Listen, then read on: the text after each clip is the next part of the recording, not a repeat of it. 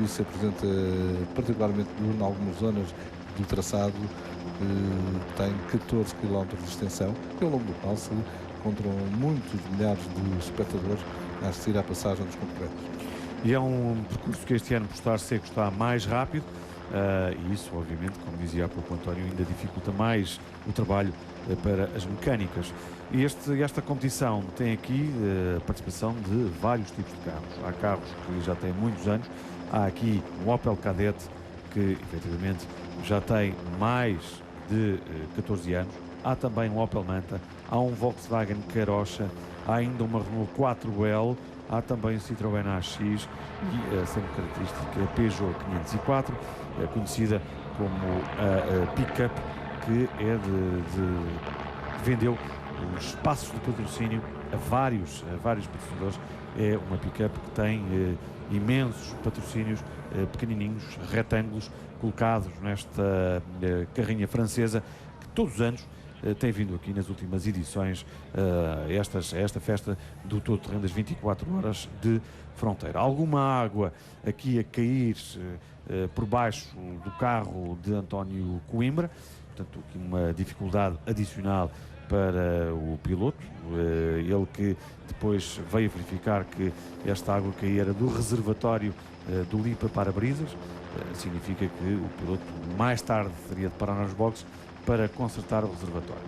O primeiro turno de condução, aqui vemos a água a pingar, ainda com bastante intensidade.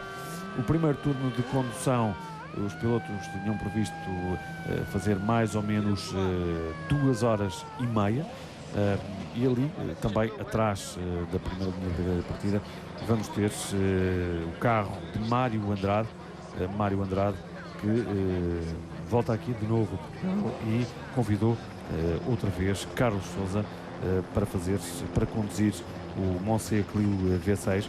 Mário Andrade, o piloto com o maior número de vitórias nesta competição. 30 segundos para a largada. Carlos Sousa é o piloto que vai sair, portanto, para esta primeira parte da corrida. A primeira curva, António, é muito importante.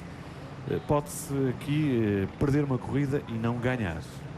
De facto, é o primeiro ponto de seleção dos mais rápidos. Importa ter alguns cuidados, já que pode-se perder tudo nessa curva com um toque, com uma saída de pista. E aqui vemos o carro de Laurent Dornel curvar-se quase a tocar no Asmo Porsche de Laurent Poletti, mas Poletti a sair muito bem.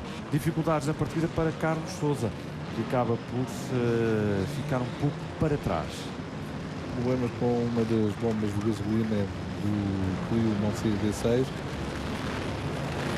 Provavelmente falta de aquecimento. Carlos Sousa depois teve uma manobra de recurso, acionar a segunda bomba de gasolina, então tudo passou a correr de forma natural, normal, para Carlos Sousa, que teve uma fase inicial de corrida algo atribulada. Ele foi inclusive passado por vários concorrentes, que dava de modo bastante lento nesta pista de Fronteira, como podemos ver, com o piso seco.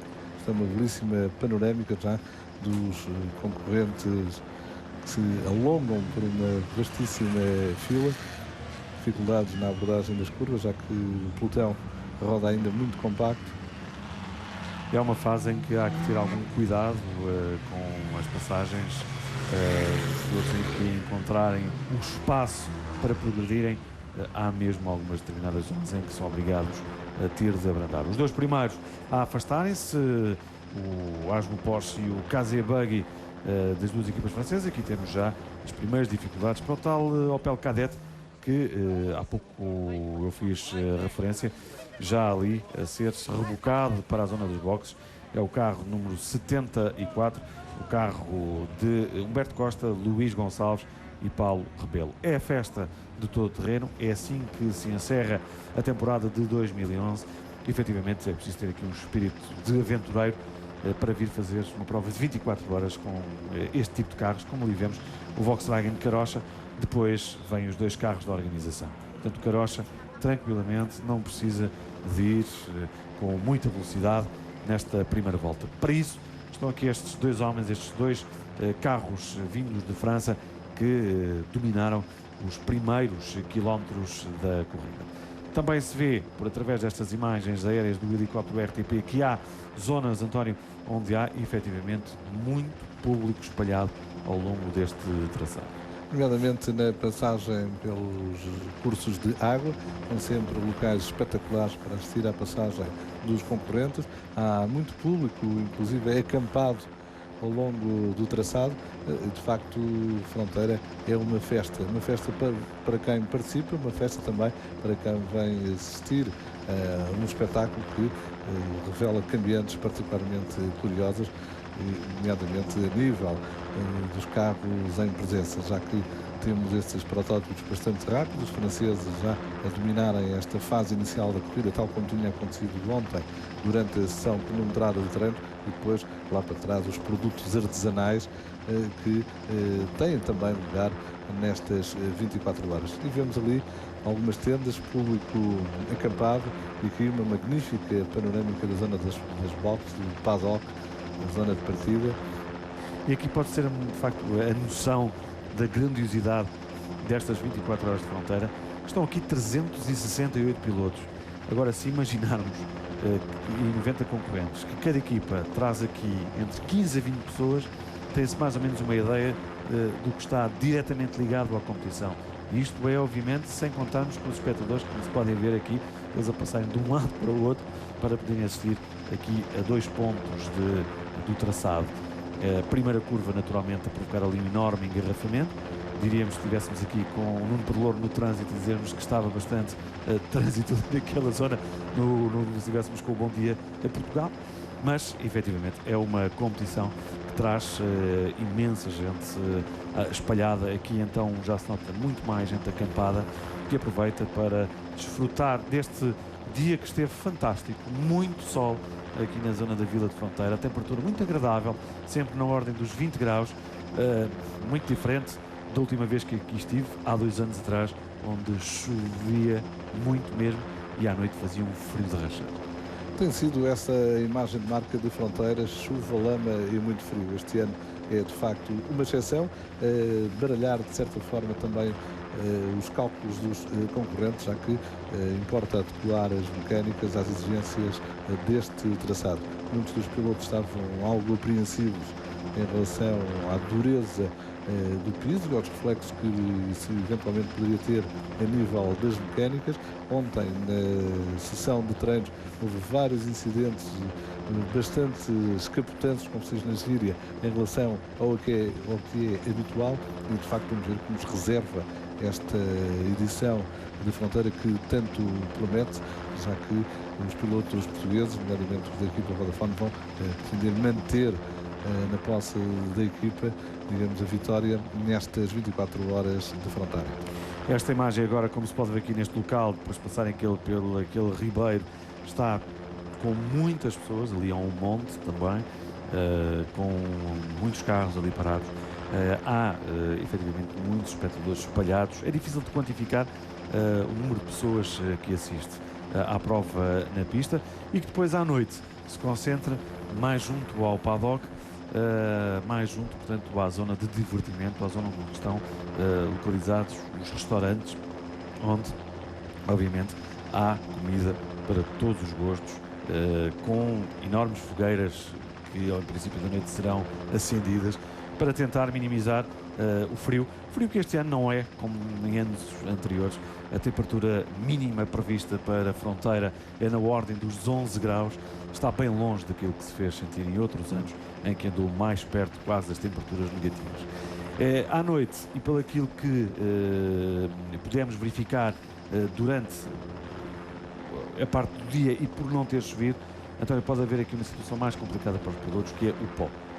Sim, com a passagem dos concorrentes, o piso que estava bastante compactado pode transformar-se, pode ter uma camada de mais areia e, de facto, isso provocar algum pó. Aliás, essa circunstância foi já visível ao final da tarde, nomeadamente nas zonas de reta da meta e nas primeiras curvas do traçado após a partida.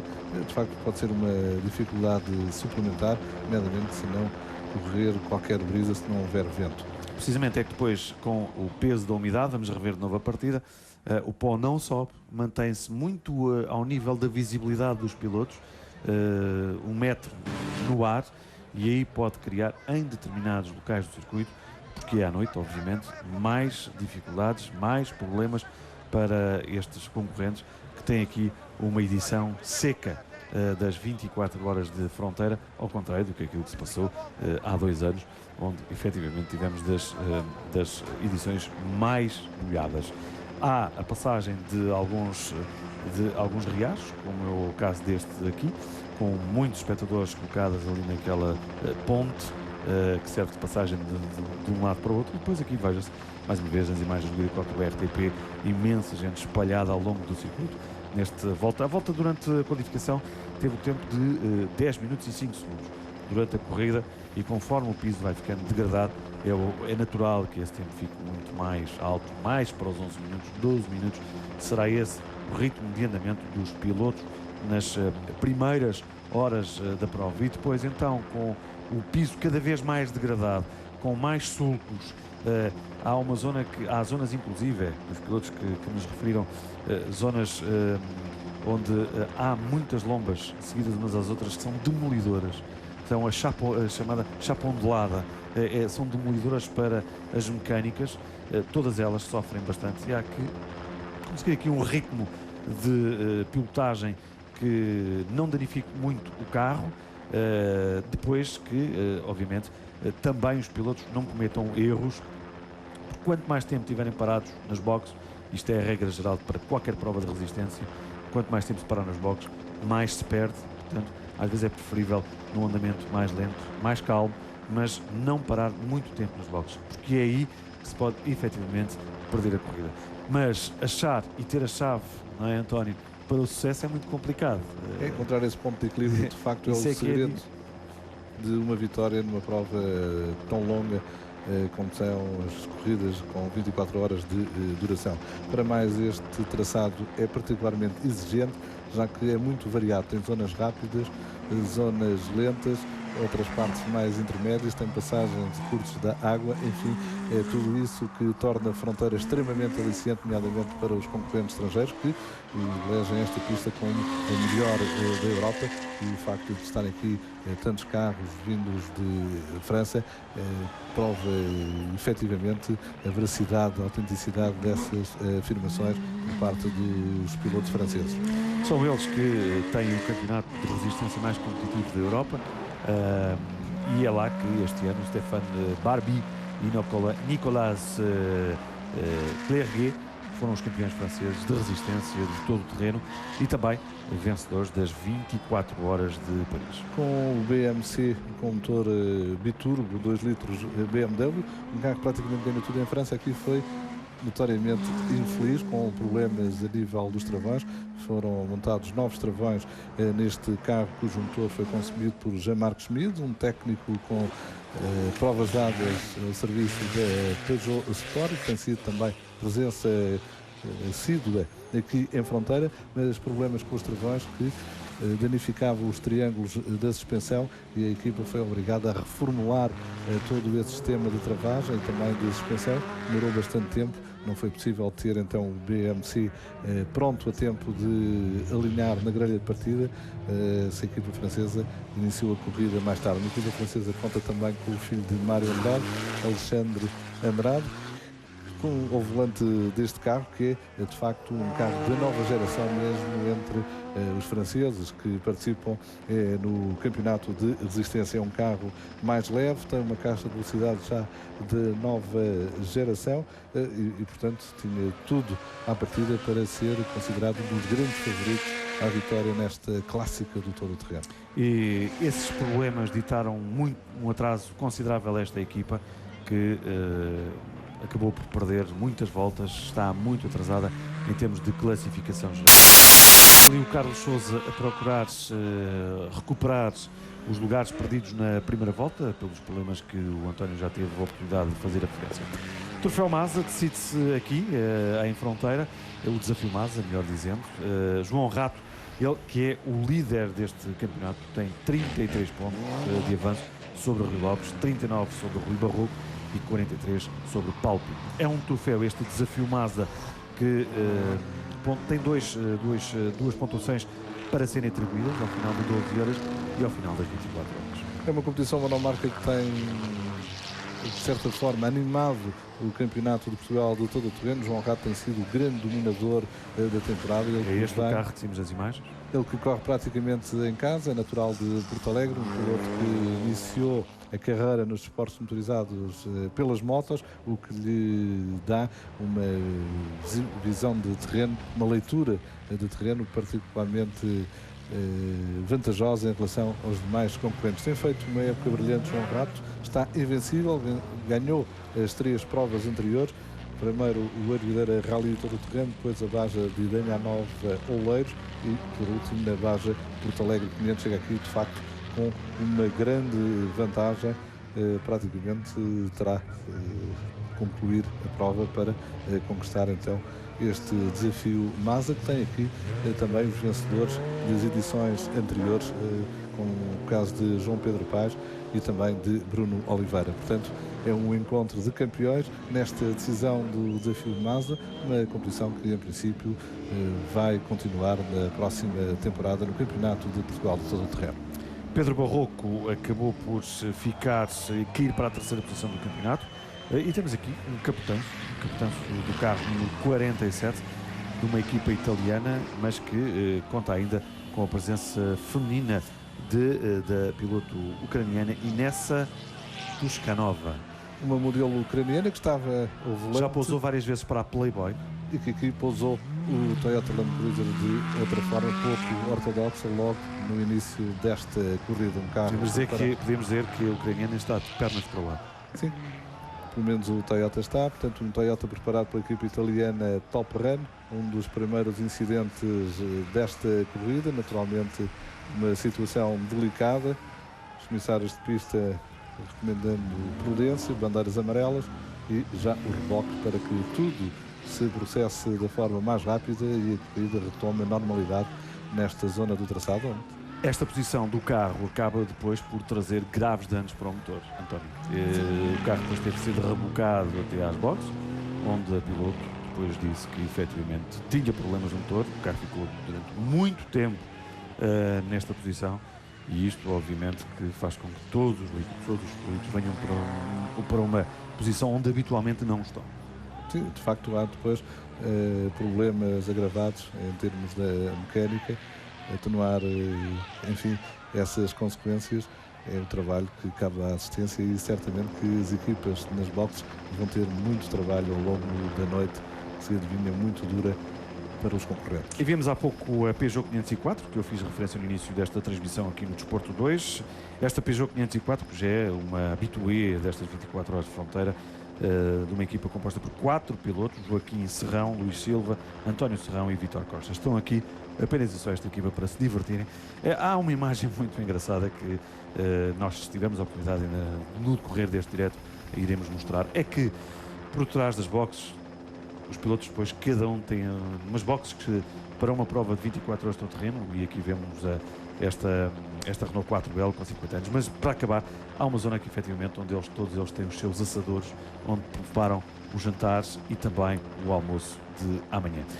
Quanto a esta 4L, é um carro que surge, António, através com uma base do Nissan Terrano.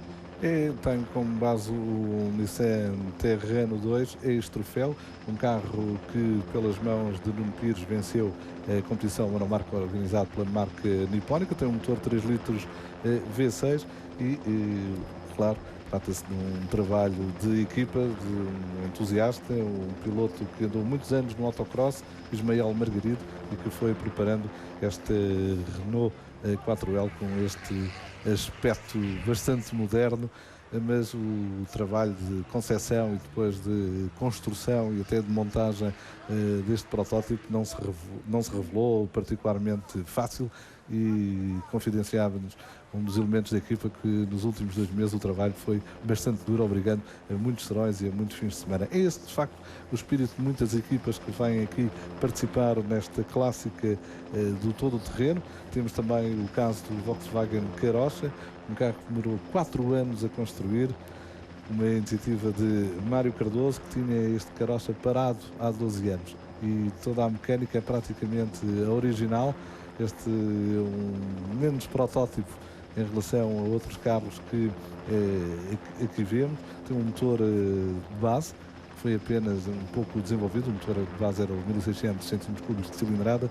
Ele tem qualquer coisa com 1750 e debita apenas 85 cavalos. Ele está ele na imagem, garboso, este Karossa já de proveta idade, com 2 carburadores Alfa Romeo 33 e uma caixa de velocidades que tem redutoras atrás, para dar um pouco mais de força a este Karossa, que foi recolhendo, obviamente, bastantes aplausos ao longo do traçado.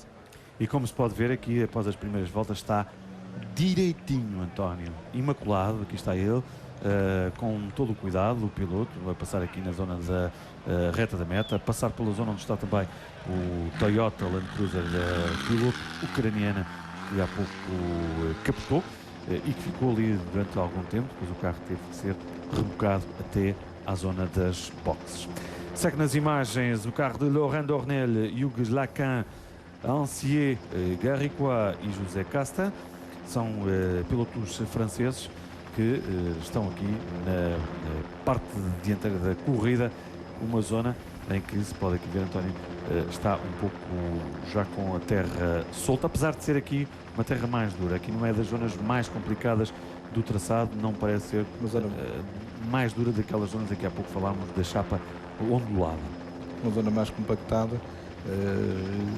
Esse piso mais desgastado nota-se particularmente nas zonas de travagem, e isso poderá, ao longo da corrida, com a sucessão das horas e a passagem dos concorrentes, tornar-se mais problemática para os concorrentes. E obviamente os carros a passarem, porque são 90 equipas, vão cavando, vão deixando sulcos, e isso pode ter sido aquilo que sucedeu com aquela equipa piloto de há pouco que tombou, virou o carro de pernas para o ar. Pode ter sido precisamente uma zona de sulco. O carro prendeu do lado direito e depois captou. Muito público presente, como se pode ver nesta imagem aqui junto à zona das boxes. Faz uma bonita panorâmica da Vila de Fronteira. Do traçado, quando chega a esta zona do paddock. Este é o líder da prova que esteve no comando durante os primeiros momentos da corrida. O carro número 56, o carro de Laurent Poletti. E que ele tenta a bandeira da Britânica, o que vemos ali atrás do número 56, no topo deste carro que, de facto, brilhou nas voltas iniciais destas 24 horas de batalha. Seguido de perto por Laurent Dornel. Laurent Dornel que começou esta corrida a perder algum tempo para o primeiro, mas já está, a prova não se resolve nos primeiros 30 minutos. Ainda há muita competição pela frente e, portanto, tudo pode acontecer. A noite é talvez a principal preocupação dos pilotos, com quem já tivemos a oportunidade de conversar ao longo desta tarde. A noite é assim, é aquela que traz maiores dificuldades, há um maior cansaço, há um maior desgaste da mecânica e por vezes pode-se chegar a uma zona, António, onde haja uma ligeira desconcentração e corre-se o risco de sair de estado. Este é o Opel Kadett, está aqui a tentar ser solucionado um problema mecânico. Foi um problema com o alternador que descarregou por completo a bateria, portanto um problema elétrico, a equipa a tentar ali encontrar a melhor solução. Mas como se pode ver, tínhamos que parar umas 7 pessoas, uma só uma é que estava a trabalhar, as outras estavam todas a olhar, com um ar muito tranquilo, a ver se era encontrada ali a solução para o problema. António Coimbra, nas imagens aqui a luta pelo 4º lugar. Luta que envolvia nesta altura o Nissan DR-V2 de Marco Demota, Mario Andriot, Philippe Doncasso e Alain Molot, que acabaram por passar pelo Schmidt 206 de Marc Vernier, Bastien Fabre e Sylvain Knoll. Bom, se algum dos nomes não estiver aqui bem dito, também é a primeira vez que eu estou a dizer, portanto, certamente que não deverá haver grandes problemas. São pilotos franceses, isso é certo que sim, e houve aqui, portanto, essa alteração em termos de classificação, enquanto que recordamos e voltamos de novo ao carro de Mário Andrade, que está a ser conduzido nesta fase da competição por Carlos Sousa. O carro tem um motor Nissan V6 3.5, um carro já com algumas épocas feitas, com sucesso também aqui em Fronteira, um carro que Mário Andrade colocou à venda, portanto quer dizer que esta será sem dúvida a última corrida de Mário Andrade ao volante deste Clio com chassi desenvolvido por Gerardo Moncé, um nome conceituado das corridas de resistência e da construção deste tipo de carros em França. Carlos Sousa, que abraça agora um novo projeto para o Dakar, com um construtor chinês. Tu acompanhaste a apresentação precisamente desse projeto na China. António, o Carlos acaba por vir aqui com um carro que tem tudo para provar, num piloto que já provou que é bastante rápido e bastante consistente no Dakar. E de facto é essa experiência de Carlos Sousa no Dakar, os resultados que tem conseguido ao longo das 12 participações que realizou, apenas não concluiu uma das participações no ano 2000, quando teve um violento acidente com João Luz. Portanto, tudo isso foram fatores que pesaram na escolha da Great Wall Motors, o construtor chinês, o maior construtor chinês privado, e que é líder em termos de mercados dos SUV, dos Sport Utility Vehicles. Portanto, Carlos Sousa vai utilizar um Aval com um motor 3 litros biturbo diesel na próxima edição do Dakar. Que é a base do X3 da equipa X-Ride. Sim, eventualmente para ser. O veículo é designado como Aval, portanto Aval, SUV Aval. Portanto, Carlos Sousa foi extremamente bem acolhido na China. Há um grande entusiasmo por parte do construtor e também do público, que já vai seguindo com alguma atenção aquilo que se passa no Dakar, muito em especial devido às participações anteriores de Zhou Yang, um piloto local que vai pela quinta vez participar na grande clássica do todo o terreno e de facto o Carlos Sousa com uma excelente oportunidade para voltar ao Dakar com um projeto novo e com um estatuto de piloto oficial. O espectador pergunta-se o que é que estará a fazer este mecânico aqui com uma rebarbadora. Pois bem, houve aqui um apoio do amortecedor traseiro deste veículo, desta Nissan Terrano, que cedeu e pronto, e houve que improvisar para que o carro voltasse de novo à competição. É de facto o espírito de todo o terreno. Muitas vezes as soluções de recurso não serão as mais ortodoxas. Não, mas... uma rebarbadora não é propriamente o melhor, mas pronto. Mas era aquilo que havia e é aquilo que eles acharam que efetivamente seria o melhor e o mais rápido, certamente, para solucionar este problema. Não é habitual, obviamente, isso. Não é, mas também numa prova de 24 horas tem que se arranjar uma solução para que o carro continue em prova.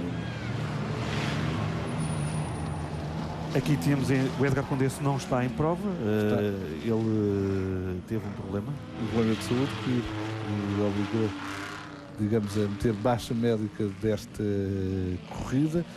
Vai estar o Rui Sousa, piloto credenciado, também já ganhou aqui em Fronteira no seu lugar. Portanto, Nuno Silva, Nuno Tordo e o estreante Alexandre Franco, um piloto que vem do Regional de Rallys de Alenquer, a ter aqui batismo no todo o terreno nesta pista de Fronteira.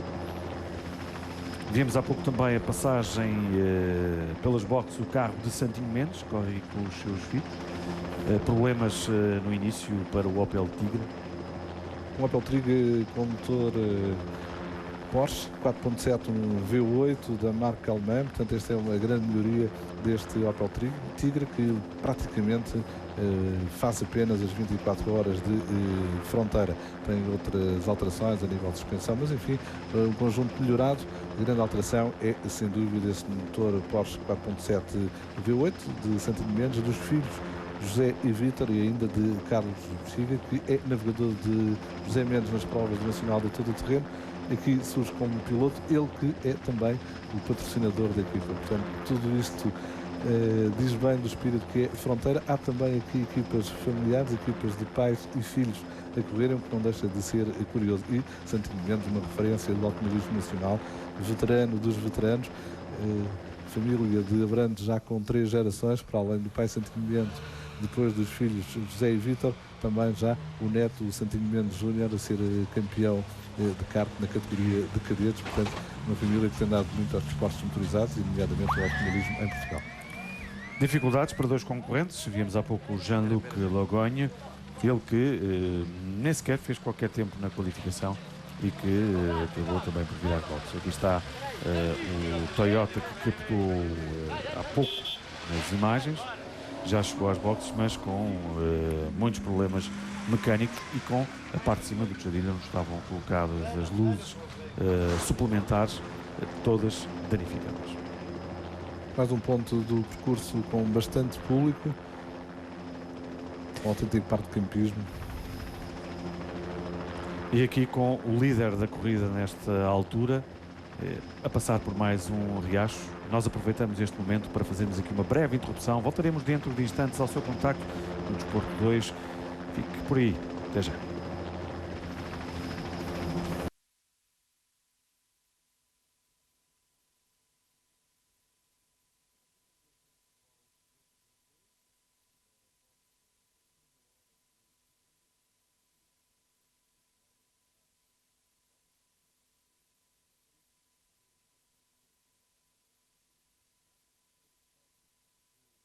Dornel, também de Hugues Lacan, Ancien Garricois e José Castan.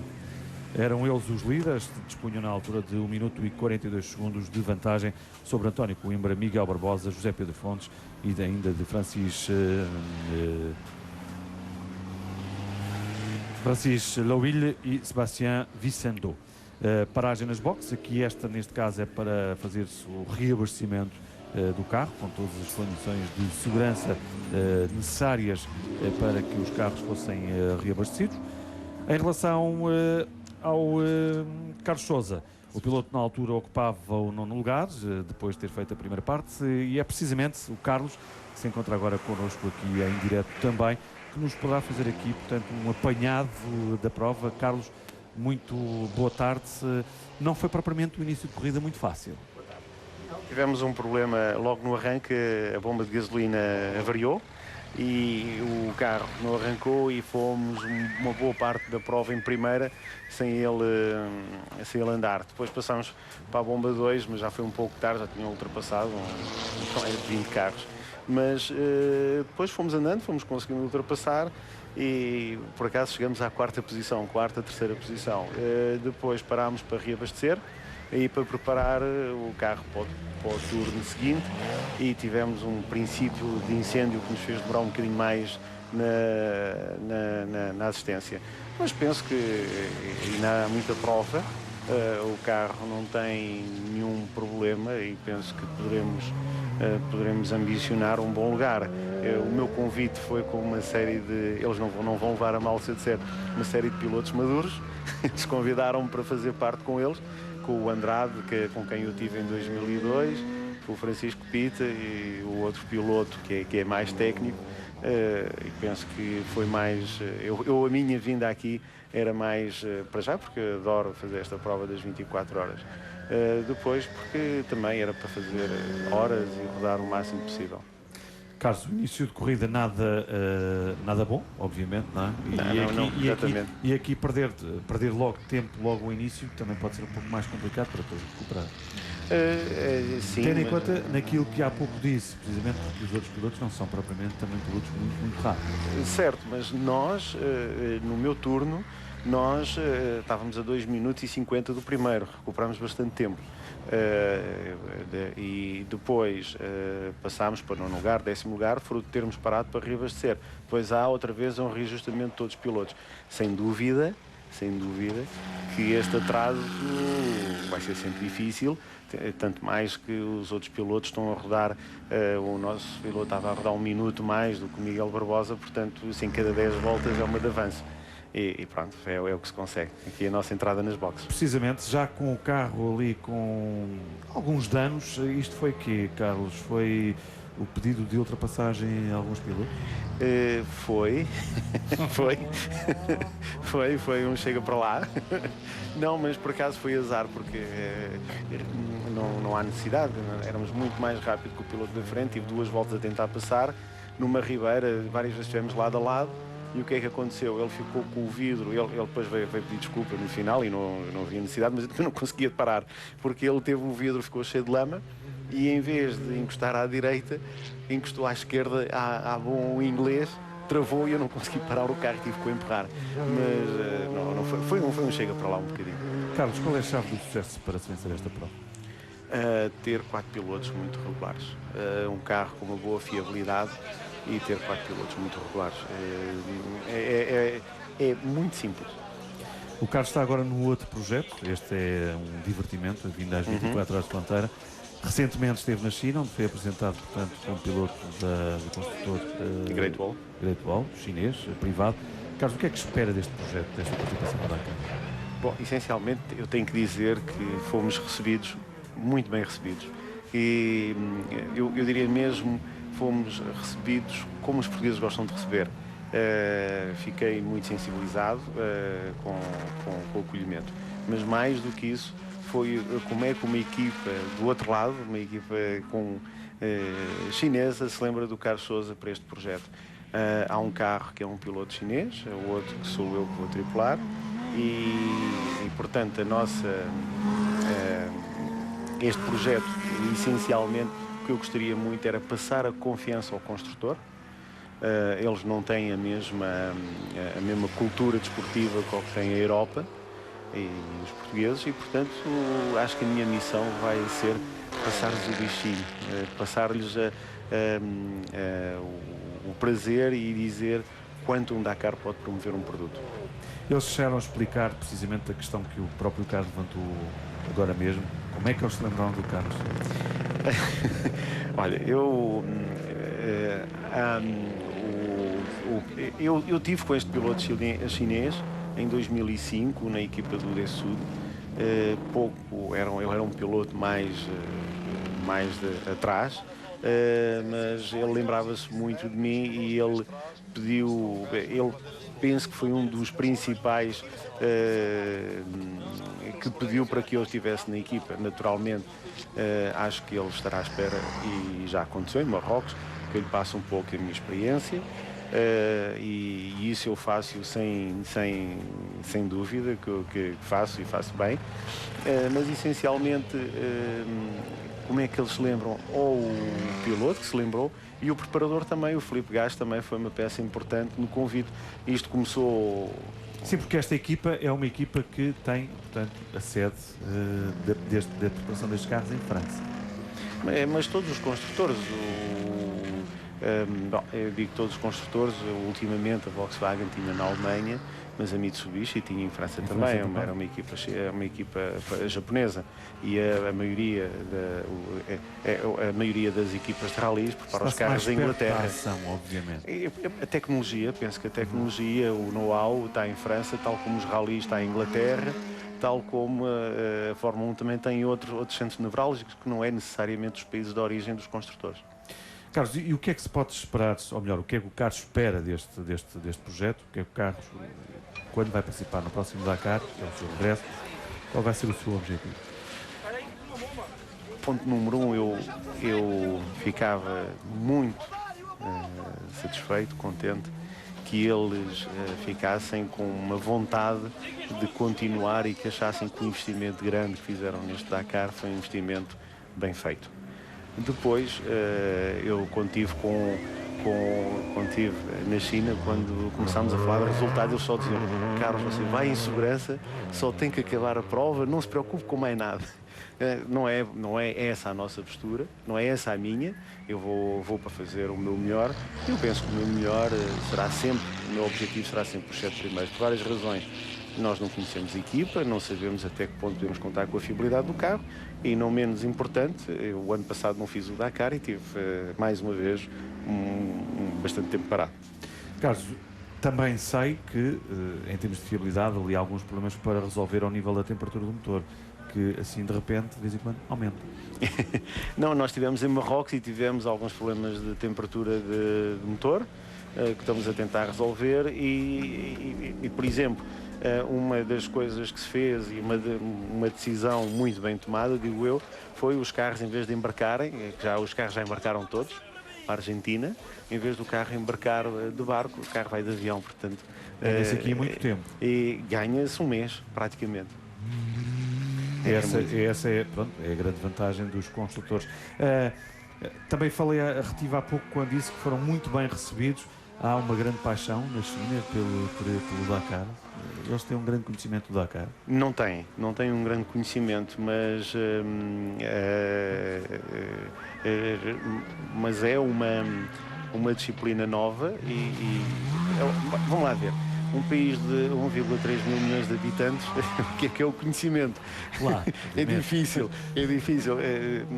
Vamos ver, nós estivemos na feira automóvel e a feira automóvel, cuidado, era uma feira automóvel, é para eles a terceira, quarta mais importante, penso que a terceira mais importante, a primeira de Xangai e a de Pequim. Esta é a terceira mais importante e, por ser a terceira mais importante, já é muito maior que a nossa em Portugal. Portanto, temos que saber onde é que vamos balizar. A mensagem da Dakar em Portugal é muito mais conhecida do que é na China. Era essa a ressalva que eu queria fazer. No entanto, tivemos a apresentação no Salão Automóvel cheia de jornalistas, de fotógrafos e de muita gente a acompanhar. E, obviamente, por ser um mercado em expansão, é natural que até os próprios analistas do Dakar vejam com muito bons olhos a entrada da Great Ball na prova, não é?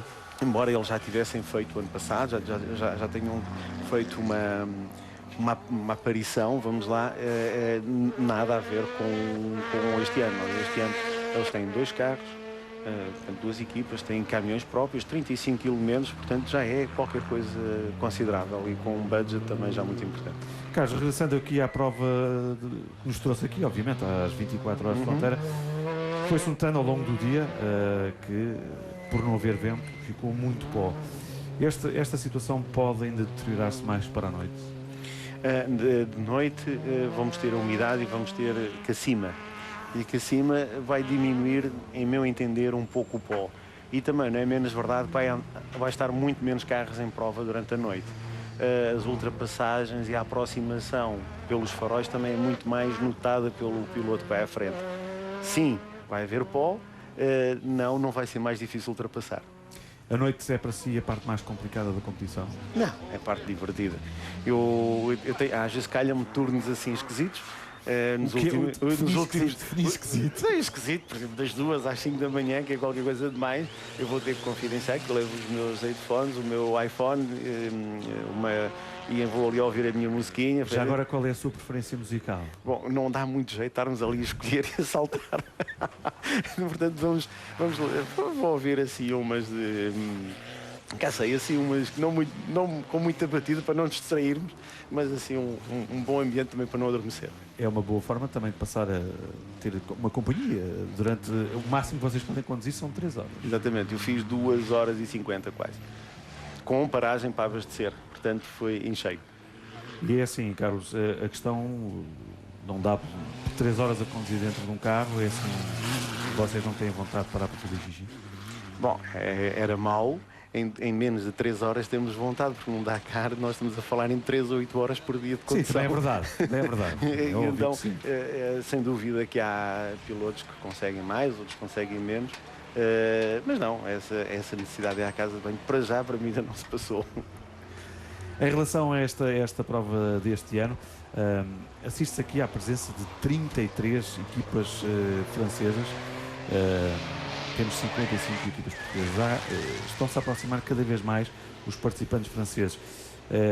Tem a ver com o facto desta prova às 24 horas de fronteira ser uma prova já de renome e com muito impacto em França? Pelo que eu soube, inclusive as inscrições chegaram ao limite, portanto a organização não aceitou mais inscrições. É uma prova mítica, uma prova super conhecida internacionalmente. Eu lembro-me, a primeira vez que eu entrei nesta aventura de 24 horas, terá sido em 2001, 2002, fiz as 24 horas de Paris, em França, não sei se foi em Paris não, mas foi lá ao pé, e essa foi a primeira vez que eu fiz as 24 horas. E a nossa prova dá 10-0. O percurso, as condições, eu lembro-me que aquela prova foi um inferno, era pó, e andávamos vários quilómetros, vários minutos em segunda, tal não era o pó que estava no ar, que não se conseguia, portanto aquilo era tudo menos uma prova com prazer de pilotagem. E como nós, e se calhar mais pilotos como eu, estão aqui pelo prazer da pilotagem, temos que ter isto. Portanto, a prova tem extensão, tem umas condições fantásticas e é uma prova já muito mítica, e é normal que os franceses, principalmente os franceses que são muito adeptos destas provas, e depois já vamos à segunda parte, porque é que eles são adeptos destas provas, estão vindo cada vez mais em força. E porquê é que eles são adeptos?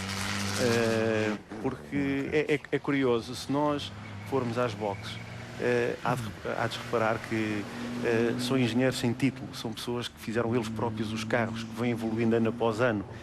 São aquelas pessoas que dão largas ao fim do dia de trabalho, ao fim de... Muitas pessoas, esta não é a atividade principal. E estão em uma série de carros, e mesmo algumas equipas portuguesas, com meios bastante reduzidos, conseguem pôr um carro aqui a rodar.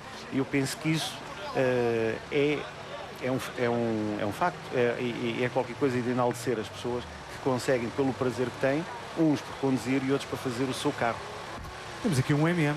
É verdade, andei atrás dele e não estava a andar nada mal, não. Carro que, pronto, que também marcou a carreira do carro. Foi onde eu comecei.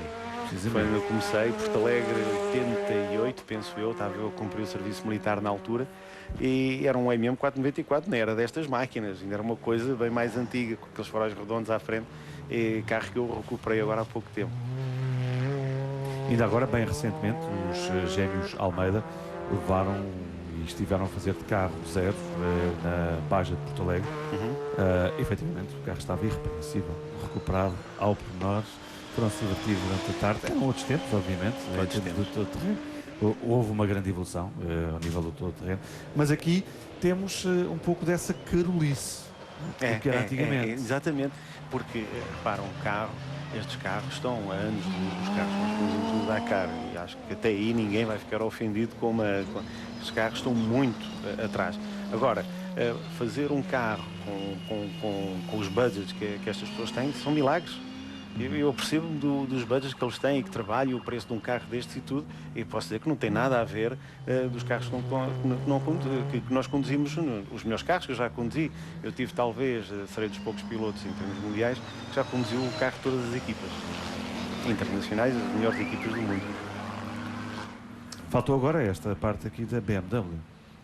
Não me recordo de teres andado com o BMW. Não, andei. Eu fui convidado pelo Sven, antes de me ter decidido pelo Mitsubishi. Fazer um teste. Fui fazer um teste, não fiz provas, mas já conduzi os carros todos. Mas, por exemplo, muitos pilotos não conseguiram o Volkswagen.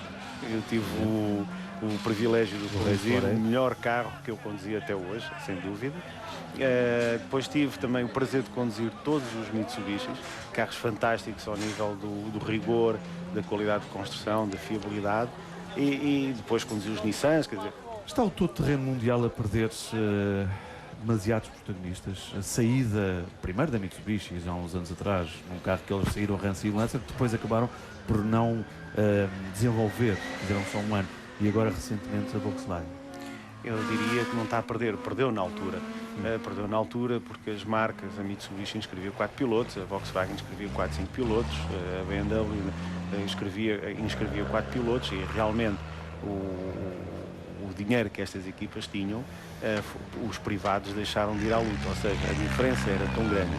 Um privado, num especial do Dakar, por dia, mínimo 1 hora levava por dia, mínimo. Estamos a dizer, o normal era a partir de uma determinada posição 1h30.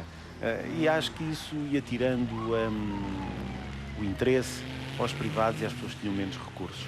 Penso que se é bom que as equipas de fábrica entram, também queimam completamente um pouco a modalidade, nomeadamente o interesse dos pilotos. Mas agora, este Dakar, atenção que já estamos a voltar ao mesmo número de inscritos. As inscrições também já fecharam antes ou seja, as inscrições, antes do fecho das inscrições, já estavam completas. Estamos a voltar outra vez ao antigamente. E isso pode ter muito a ver com a saída das grandes equipas. O que não deixa de ser precisamente impressionante numa altura que se atravessa uma crise tão grande a nível mundial. A nível mundial, sem dúvida.